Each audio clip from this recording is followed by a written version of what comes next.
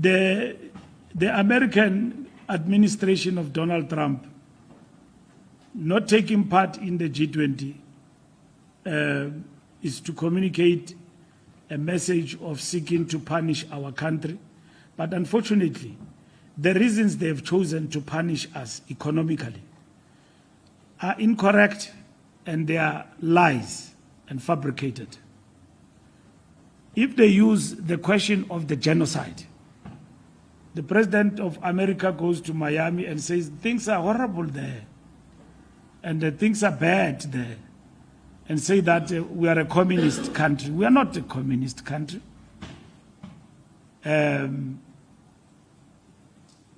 Donald Trump administration has not been straight with us.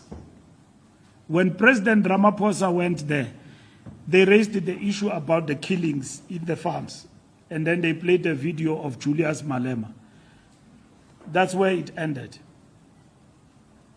He never said anything about ICJ, about us taking Israel to international court.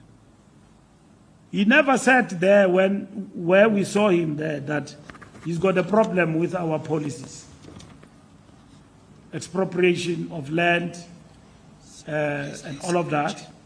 But every time he's got an opportunity to take a swipe at us, like that. There is a genocide there, people, horrible things are happening there. And that is it. So there's not been clarity about this question, about why are we punished so that we are able to respond and our government is able to respond appropriately. Now, we have explained to them that issues of BBBE and all of that are matters of redress in our country. They can't go around it. They can't go around it. They should know that there was apartheid in this country. As much as America, half of the time, supported the regime in our country for many years, many years. Fact of the matter is that Americans in America were with us in the anti-apartheid movement. Now that we have defeated apartheid and we are on the path of redress, they are now asking us that we must ignore that. That's not only incorrect, that's lazy thinking and scapegoatism and all of that they want to use. You know, they want to grab at anything. You know, a political party that does not have an ideology and a program of action, it grabs on everything. Death penalty, yes, I go with it. This and that, I go with it, and so on. As long as you'll get votes. America is treating us like that.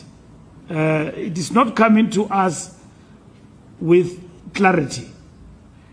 Genocide, all South Africans, black and white in our country, are rejecting that thing of Donald Trump, including the vaccination now of AfriForum. That no, they didn't say there is genocide in South Africa. That's what I heard Kalikril say on interview, that they didn't say there is genocide. So what is this thing that we are being punished about? Even the president of America taking a stance that I'm not coming there. Vance was coming till a week ago. And some white people had organized at Voortrekker, a rally for him there to go and address. So I think they are going to cancel it fast and furious, that particular rally, because Trump has canceled everybody. And then he wants to give us that ambassador who's coming, Bozeli, that old man, very reactionary and conservative. But nonetheless, that is the matter that our government is capable of dealing with. Whether they will take such a person to become an ambassador in South Africa, we have declared that he's coming to tell us what to do. That's what he says. Rasul was dismissed in America and declared persona non grata for saying things there. and Americans did not agree with him, and Rubio, the Secretary of State, did not even call him to office. Rasul watibana ne letter waXotho America. Here is a man there coming our direction. He's telling us what we must do. We are a sovereign state. We are a sovereign state. We are a democracy. We are not a dictatorship. We are not a country where an election, we've got many political parties. We are running a country with what is called GNU, not influenced by Americans. It's our decision as South Africans. What is it that Donald Trump wants to lecture us about? Democracy. We are not a dictatorship. South Africans must stand up against madness, against their own country. Yes, we are a country in diversity. We don't agree like in a democracy. We don't agree on many other things. We resolved when the biggest party with the biggest majority got 40%. We resolved our issues without external influence within 14 days. And we formed government without mediation or violence. What is it that Donald Trump wants to give us and tell us? That we are a genocide. We killing black, white people in our country, farmers and all of that. We are not any of the things that they say we are. So we are being subjected in political terms to what is called imperialist aggression. That people want to run our country now, like what they do in Cuba. When Fidel Castro decided in Cuba that everyone who wants to be Americanized, want to go to America, is not in favor of the political, economic, socio-economic system we are about to practice, you are free to go. They all left, they went to settle in Miami, but they still punished Cuba till today. For a people who have decided what they want to be, they punished them. And today, we are a democracy. We are not a dictatorship. We are a flourishing democracy, by the way, in 30 years. And we are now told that we are killing whites, and therefore they are not coming. They know we've got strong trade relations with America. Yes, it will affect our economy. If overnight, the trade relations, the companies that have invested in this country, for the madness that we have been told, we are subjected to, were to withdraw from our country.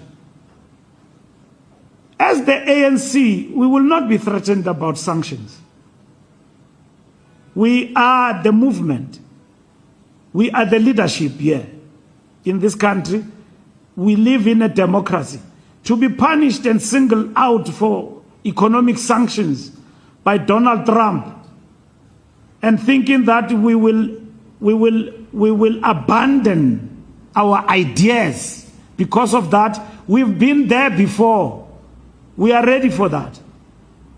Because that's why we were formed. If we are to be punished for fighting for redress and social transformation in our country and advancing for equity in our country, as the African National Congress, for the reason why we were formed as an organization, let it be in a democracy. And for all those who love our country and our nation, they will never support that, because they know that the ANC for 30 years have led a successful story of a democratic order in this country. It is not perfect. It is not favored by everybody. Even those who went to Australia and New Zealand are regretting why they left on lies. Because the reason why they left, they said, here come the communist Khafar. I met them when I went with the Springboks. They came there in their numbers, in the stadium, in New Zealand, in Australia. I asked them, they said, life is difficult here. I said, why did you leave? They said, we were fed lies, that here come the communists with long tails and all of that. Nangu Satan is Here come the Roy Khafar. They were sold that story. Others were buying groceries and digging them deep 6 feet. Tin stuff that starvation and civil war is coming to this country. Mandela and the ANC led us to a peaceful transition, which they went to call it a miracle. So what is Donald Trump about to tell us about our country? We can't, I mean, you know what? We are South Africa, and that's what we are. Thank you.